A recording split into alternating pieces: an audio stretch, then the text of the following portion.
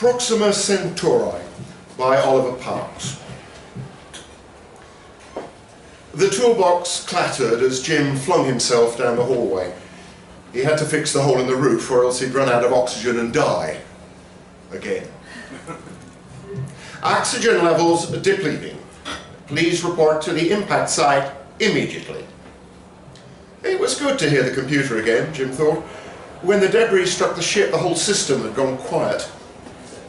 He placed the sheet of metal over the hole and, gloveless, used the blowtorch to weld the two together. He only had a little training from Daniels, who seemed to have a toolbox permanently attached to the end of his arm. Jim had been a surgeon on Earth, so at least he had a steady hand. The pull of the vacuum wasn't quite enough to drag him out into space, as the ship's gravity well had increased to keep him on board, but his hair still fluttered in the escaping air. His concentration lapsed for a moment. He was thinking of the next step, whether to stop the fire himself or let the ship's suppression system handle it, and he cut through his finger. It was unbearably painful, but at least it had cauterized itself. Soon the ship's hull was fixed and the gravity restored to Earth standard. Jim's ears had popped during the change in pressure and his left hand throbbed incessantly. Jim jogged through the hall to the garden where the fire had started. The debris that hit the ship had short-circuited several systems, setting fire to some of the plants. He could let the fire suppression system deal with it, but the foam would do untold damage to the plants, and he couldn't have that. Priority number one was oxygen. The garden was more of a field with plants in rows. Only one row was currently on fire. Areca palms. It meant the ship's oxygen would take a hit. The rest of the crew were already dead. Daniels and McCrory had been sucked out of the hull breach before the ship had protected itself. Adams was working on a hydroponic light in the garden when the debris struck and she fell. Her ladder was still there with her body by the side of it. He had to fix things himself until the others got back. He dropped the toolbox and pulled the fire extinguisher from a nearby wall, wincing at the pain in his hand. The smoke was beginning to fill the room, choking Jim's throat. His eyes watered, but through the tears, he carefully sprayed the quickly disintegrating plants with foam. The fire subdued, Jim sat wheezing on the ladder, his head light from lack of air. He wiped his eyes with the back of his sleeve, smearing his face with grease. He surveyed the destruction. It would take time, he saw, but it could be fixed. Their food was mostly safe, but the thought was cut short as the broken light fell and smashed Jim's head with a crack. The whole process is a lot like being hung over. At first there's a darkness, confusion, not quite knowing where or who you are, and then the world expands into a blinding light as the memory implant kicks in. Your head shoots with pain and flickers. Vaguely recognised memories dance behind your eyes. This was not the first time Jim had woken up as a clone. All the crew of TerraCore's debut voyage had been through the process. It was a necessity before you left Earth. Jim stepped out of the cubicle into the medbay. He looked at himself in the mirror. It was always a good idea to check there weren't any mistakes. "Good morning, Dr. Hastings," came a voice from above. "Welcome back.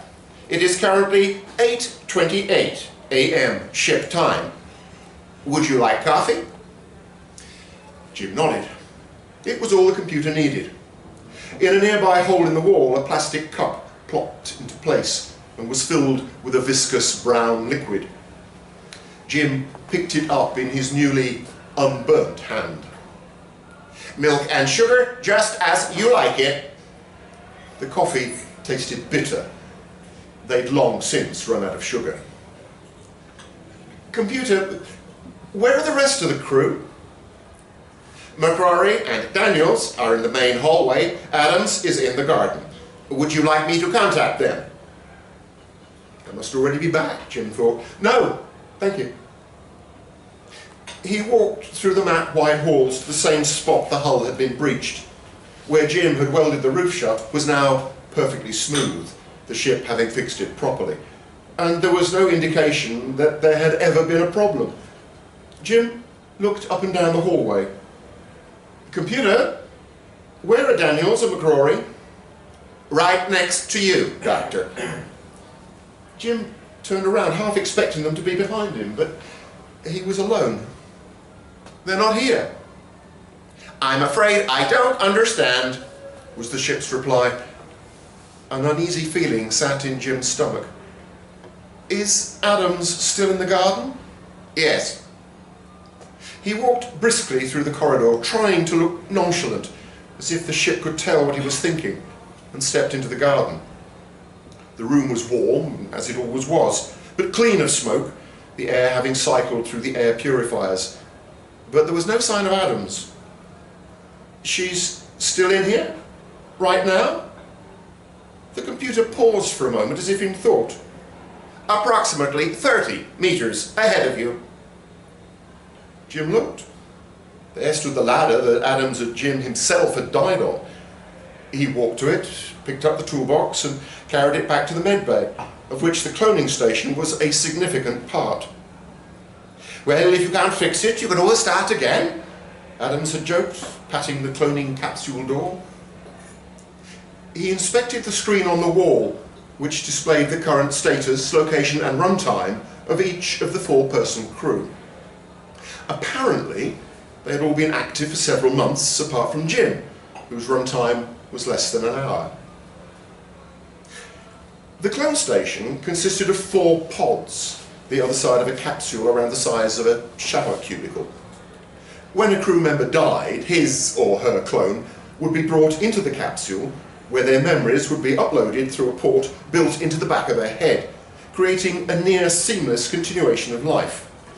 In the meantime, a new clone would be grown to lessen their downtime. In case of death, break glass, Adams had written on the cubicle in permanent marker. Using the touchscreen, Jim navigated to the crew's log, which kept tabs on any and all activity. It could be briefly stopped if the crew wanted a private moment, as the ship put it, but otherwise it constantly monitored heart rate, blood and vitals, you name it. He pulled up the file on Adams. There was no record of her death, only that she'd been sent to the garden to fix some lights. It was the same with McCrory and Daniels.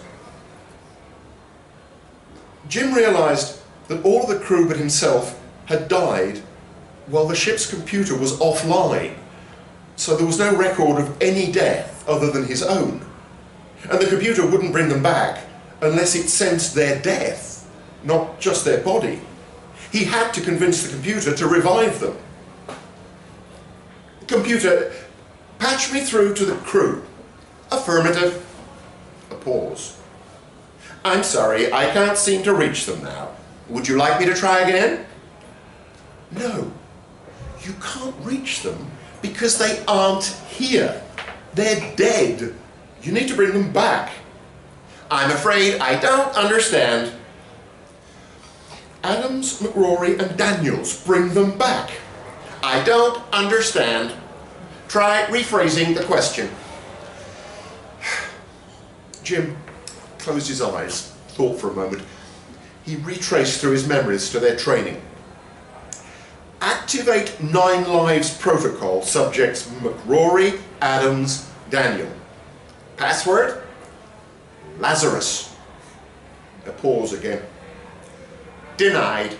Under Law 22B, no 2 clones can support the same consciousness. His body tense, Jim walked to the cubicle, pressed his face to the glass, cold against his burning head. Through the other side he could see the 4 clone pods, 1 empty, 3 with naked forms within. He would have to restart them manually, and as the ship didn't understand, he would have to break through to the clones. Jim reached into the toolbox, picked out a crowbar and smashed through the centre of Adam's message, sending glass shards across the floor. The lights strobed red in the semi-darkness. "Dr. Hastings," the computer spoke, "your actions are in direct contradiction of ship's guideline 9, 6, and 23. Cease immediately." Jim stepped into the cubicle, ducked under the memory implant cable, and smashed through the second glass door. "You have been warned. Under ship guideline 32A, I am authorized to apply a deterrent.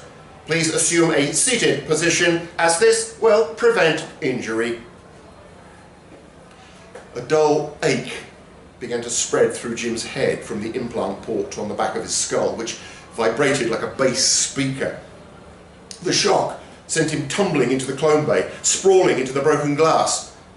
Jim picked himself up, teeth gritted, and pushed himself up to one of the occupied cubicles. The name on the top read McRory in engraved letters. He searched fruitlessly for a handle or button to open the door, his head throbbing.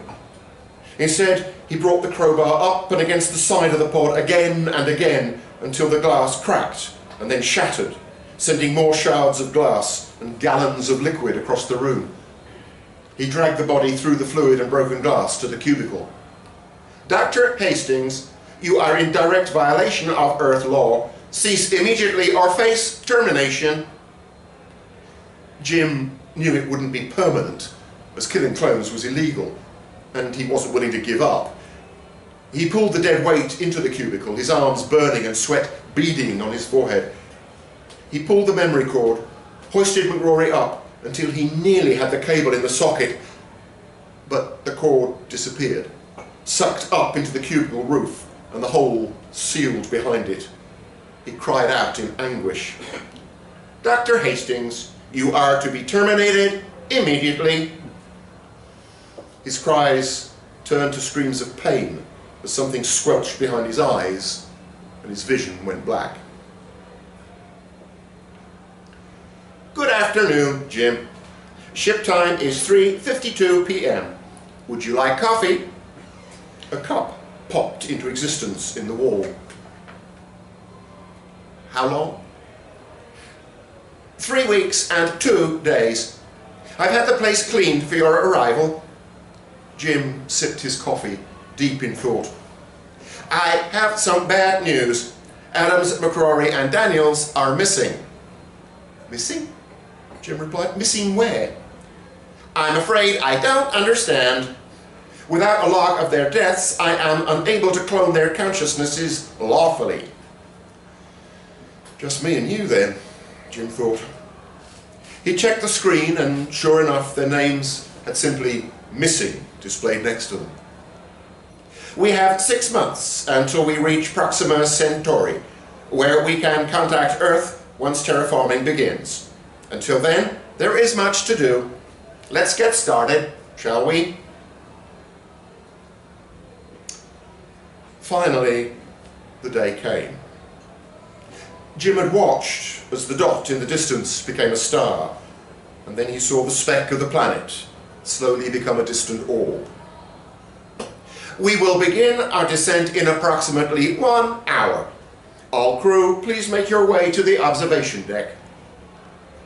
Jim headed to the front of the ship, which was all but covered in screens of the exterior view from the bow. He saw the planet, tantalizingly close.